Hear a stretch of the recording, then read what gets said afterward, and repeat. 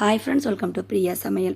இப்போ நாங்கள் வந்து துபாய் போகிறதுக்காக ரெடி ஆகிட்டோம். பேக்கேஜெலாம் எல்லாமே ரெடியாக இருக்குது. ஃப்ளைட்டு பார்த்திங்கன்னா சென்னை டு துபாய் தான். திருச்சியில் வந்து ஃப்ளைட் இல்லைங்கிறதுனால இப்போ சென்னை தான் போயிட்டுருக்கோம். 2 மணிக்கெலாம் சென்னை ரீச் ஆகிட்டோம். சாப்பிட்டுட்டு இப்போ தர்ஷினியை தான் பார்க்க போகிறோம். தர்ஷினி வந்து ஹாஸ்டலில் இருக்கா. அவள் வந்து எங்கள் கூட துபாய்க்கு வரல. அவளுக்கு எக்ஸாம் இருக்கிறதுனால வரல. நானும் ஹாஸ்டல் தான் போகிறோம். ஹாஸ்டலுக்கு ரீச் ஆயாச்சு.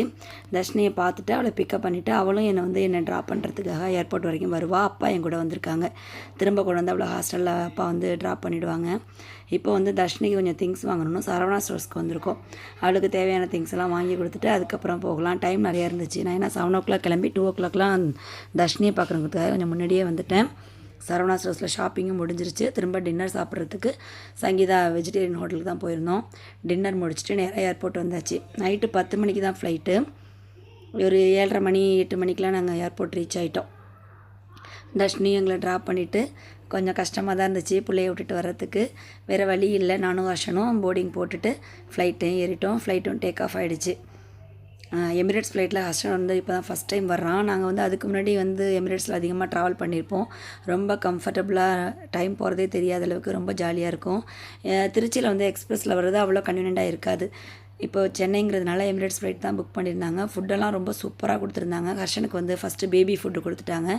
அதில் வந்து ரைத்தா, கேக்கு, அப்புறம் வந்து புலாவ் கொடுத்துருந்தாங்க. கோஃப்தா கறி, வெஜிடபிள்ஸுக்கு பாயில்டு வெஜிடபிள்ஸ் எல்லாம் கொடுத்துருந்தாங்க. நெக்ஸ்ட்டு எனக்கு வந்து ஃப்ரைடு கேஷ்யூ, மேங்கோ பிக்கிள். ஹர்ஷனுக்கு ஃபஸ்ட்லேயே வந்து பேபி ஃபுட்டு கொடுத்துட்டாங்க. அதுக்கப்புறம் எனக்கு கொடுத்த ஃபுட்லேயும் பார்த்திங்கன்னா க்ரீமியாக ஒரு ரைத்தா வச்சுருந்தாங்க. ரொம்ப டேஸ்ட்டாக இருந்துச்சு. ஹர்ஷனுக்கு வந்து பாயில்டு கார்ன் வச்சுருந்தாங்க. அதுவும் ரொம்ப க்ரீமியாக சூப்பராக இருந்துச்சு. பிரியாணி வந்து சிக்கன் பிரியாணி கொடுத்துருந்தாங்க.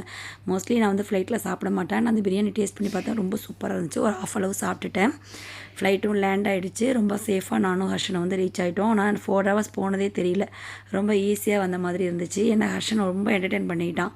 அவனுக்கு வந்து ட்ராயிங் வரைகிறதுக்கு புக்கு, அதுக்கான பெயிண்ட் பண்ணுறதுக்கான பென்சில் எல்லாமே கொடுத்துருந்தாங்க. அப்புறம் கார்ட்டூன் சேனல் பார்த்துட்டு வந்தான். ரொம்ப ஜாலியாக அவன் வந்து ரீச் ஆகிட்டான். பேக்கேஜெலாம் க்ளைம் பண்ணிவிட்டு நாங்களும் வெளியில் கிளம்பிட்டோம். கொஞ்சம் கூட்டம் தான் இருந்துச்சு. அதனால் ஒரு 1 hourக்கு மேலே ஆகிடுச்சு வெளியில் வர்றதுக்கு. கரெக்டாக என்னோடய ஹஸ்பண்டும் வெயிட் பண்ணிகிட்டு இருந்தாங்க. அவங்க அப்பாவை பார்த்தோன்னே ரொம்ப குஷியாகிட்டான் எப்பவும் போல். நாங்களும் துபாய் ரீச் ஆயாச்சு.